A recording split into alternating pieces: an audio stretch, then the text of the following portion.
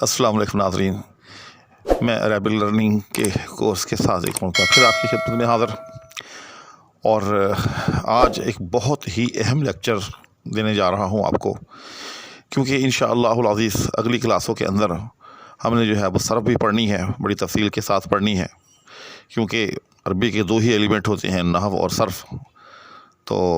جب تک صرف آدمی نہ پڑھے اس وقت تک جو ہے عربی کی سوجھ بوجھ کیسے حاصل ہو سکتی ہے؟ اور صرف جو ہے اس کا سارا دار و مدار جو ہے وہ صیغوں پر ہوتا ہے، اور صیغوں کے اندر یاد رکھیے گا مختلف قسم کے جو حروف ہیں وہ استعمال ہوتے ہیں، تو ان میں حمزہ جو ہے وہ بہت زیادہ استعمال ہوتا ہے۔ جی ہاں، اچھا، حمزہ چاہے زیادہ استعمال ہو چاہے کم استعمال ہو، لیکن اصل مسئلہ یہ ہے کہ اس کے قواعد و ضوابط جو ہیں وہ الگ الگ ہوتے ہیں۔ جی ہاں، تو اس لیے کبھی کہا جاتا ہے کہ یہ کلمہ جو ہے وہ محمود الفا ہے، کبھی کہا جاتا ہے کہ یہ کلمہ جو ہے وہ محمود العین ہے۔ الغرض حمزہ کے ذکر جو ہے وہ بار بار آتا ہے۔ اب یہاں ایک مسئلہ ہے، جی ہاں، بہت ہی اہم مسئلہ ہے، جو بطور خاص ہم جو پاکستانی یا ہندوستانی یعنی جو اردو زبان بولتے ہیں لکھتے ہیں ان کے ساتھ بطور خاص ہے، وہ یہ ہے کہ ہم الف اور حمزہ ان دونوں کو لکھتے وقت جو ہے ان کا رسم الخط جو ہے وہ الگ الگ استعمال کرتے ہیں۔ جی ہاں،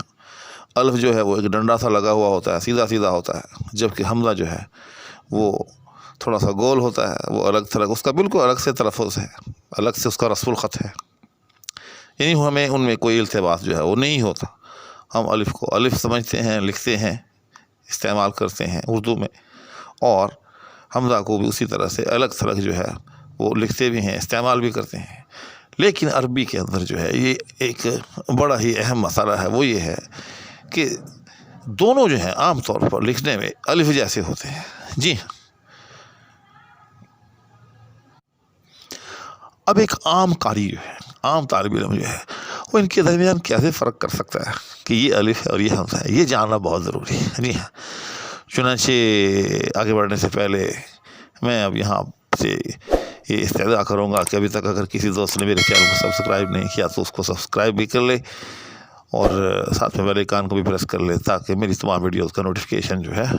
وہ آپ تک پہنچتا رہے۔ چنانچہ اس لیے میں سمجھتا ہوں کہ ایک عربی سیکھنے والے کے لیے الف اور حمزہ کے درمیان جو ہے امتیاز سمجھنا بہت ضروری ہے، بہت ہی ضروری ہے۔ جی ہاں، تو آئیں ہم الف اور حمزہ کا جو ہے فرق جو ہے وہ سمجھتے ہیں۔ چنانچہ اس کا بہت سادہ سا کلیہ ہے، یاد رکھیے گا، بہت سادہ سا کلیہ ہے، وہ یہ ہے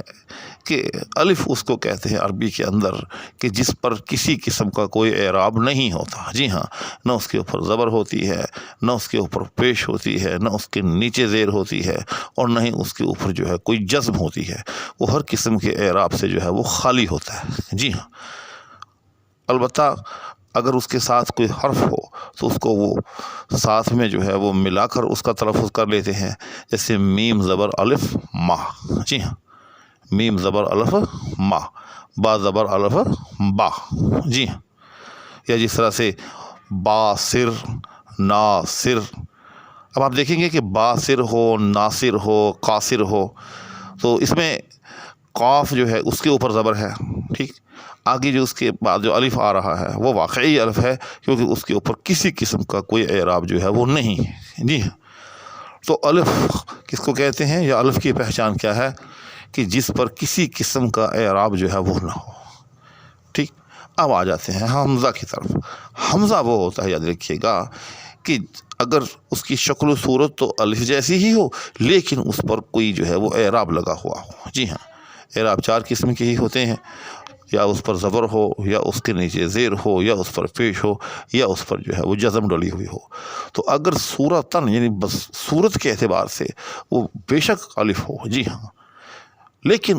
اس پر کوئی اعراب ہو تو پھر ہم اس کو، یاد رکھیے گا،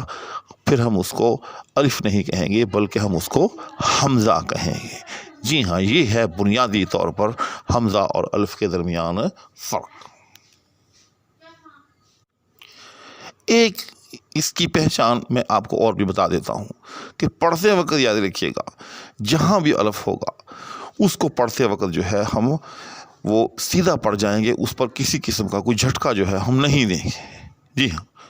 لیکن اس کے برعکس اگر حمزہ ہوگا تو جب اس کا تلفظ ہم کریں گے تو وہاں اگر تو زبر زیر اور پیش ہے تو دین ظاہر ہے پھر تو اس کے مطابق ہی اس کو پڑھا جائے گا، لیکن اگر اس پر جزم ہے تو پھر اس کو جو ہے وہ جھٹکے سے پڑھا جائے گا۔ میں مثال دیتا ہوں آپ کو، مثال کے طور پر ایک لفظ ہے یعلمون، ٹھیک، جیسے قرآن کریم کے اندر 5ویں پارے میں ہے فَإِنَّهُمْ يَعْلَمُونَ كَمَا تَعْلَمُونَ، یہ الف کے ساتھ ہے، یاد رکھیے گا۔ پورے قرآن کریم کے اندر سارے مقامات پر جو ہے وہ علم کے سے یہ مشتق لفظ استعمال ہوتا ہے، یعلمون تعلمون، لیکن یہ ایک واحد مقام ہے جہاں جو ہے علم یعنی درد سے یہ لفظ ماخوذ ہے، فَإِنَّهُمْ يَعْلَمُونَ كَمَا تَعْلَمُونَ، جی ہاں، کہ ان کو بھی اسی طرح سے درد ہوتا ہے جیسے تمہیں درد ہوتا ہے۔ جنگ کے حوالے سے ہے کہ جس طرح سے تمہیں جو ہے جنگ میں تکالیف ہوتی ہیں، جب کفار لڑتے ہیں تو ان کو بھی اسی طرح سے جو ہے وہ جنگ کے اندر جو ہے وہ تکالیف ہوتی ہیں۔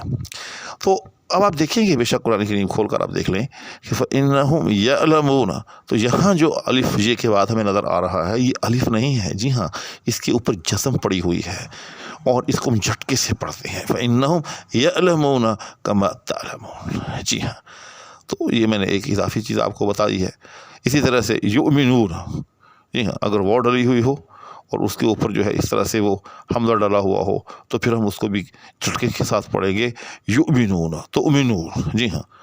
بے شک نیچے وہ ڈلی ہوئی ہے لیکن اوپر اس کی اسی لیے حمزہ جو ہے وہ لکھا جاتا ہے تاکہ یہ پتہ چل جائے پڑھنے والوں کو کہ یہاں بھی جو ہے وہ حمزہ ہے۔ تو بہرحال آج کے اس لیکچر کے اندر آپ کو ایک بڑی ہی اہم جو ہے وہ انفارمیشن آپ تک پہنچائی گئی کہ حمزہ اور الف کے اندر جو ہے وہ کیا فرق ہوتا ہے۔ اسی کے ساتھ آپ سے اجازت چاہوں گا اور اس امید کے ساتھ کہ آپ میرے چینل کے ساتھ جڑے رہیں گے اور اس کو زیادہ سے زیادہ جو آگے شیئر بھی کریں گے، سبسکرائب بھی کریں گے۔ میں آپ سے اجازت چاہوں گا، اللہ حافظ۔